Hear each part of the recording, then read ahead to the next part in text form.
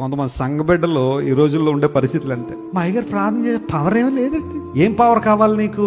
నువ్వు రాగానే నీ బతుకు ఎలా ఉన్నా కానీ పాస్టర్ గారు ప్రార్థన చేయగానే అద్భుతం జరిగిపోలేగా, అప్పుడు పవర్. లేకపోతే పవర్ లేదన్నట్టే. ఈ రోజుల్లో నిన్న ఎక్కడో వీడియో చూస్తుంటే ఒక ఆయన ఇలా తంతున్నాడు, తనగానే 3-4 పడిపోతారు. ఎంత పవర్ అండి, ఎంత పవర్ అండి.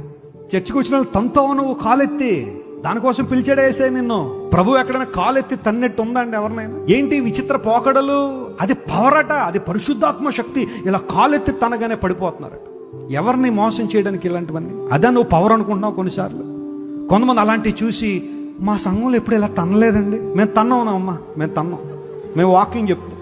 నీ ఏటీఎం కార్డు నెంబర్లు చెప్పేవాళ్ళ దగ్గర పరిగెడుతున్నావు, నువ్వు బ్యాంక్ అకౌంట్ నెంబర్లు చెప్పేవాళ్ళ దగ్గర పరిగెడుతున్నావు. చాలా మందికి అర్థం కావట్లేదు ఈ రోజుల్లో. నువ్వు వాక్యాన్ని పట్టుకోకపోతే, నేను చెప్తున్నాను, నువ్వు వాక్యాన్ని పట్టుకోకపోతే ఇలాంటివన్నీ నీ హృదయంలోకి వచ్చేస్తాయి. సాతాను తీసుకొచ్చేస్తాయి. ఇదంతా ఒక భ్రమ. చాలా మంది పడిపోయారు వాటిలో. మళ్ళీ వచ్చి అది పవర్ అంటావా నువ్వు? అదా పవర్?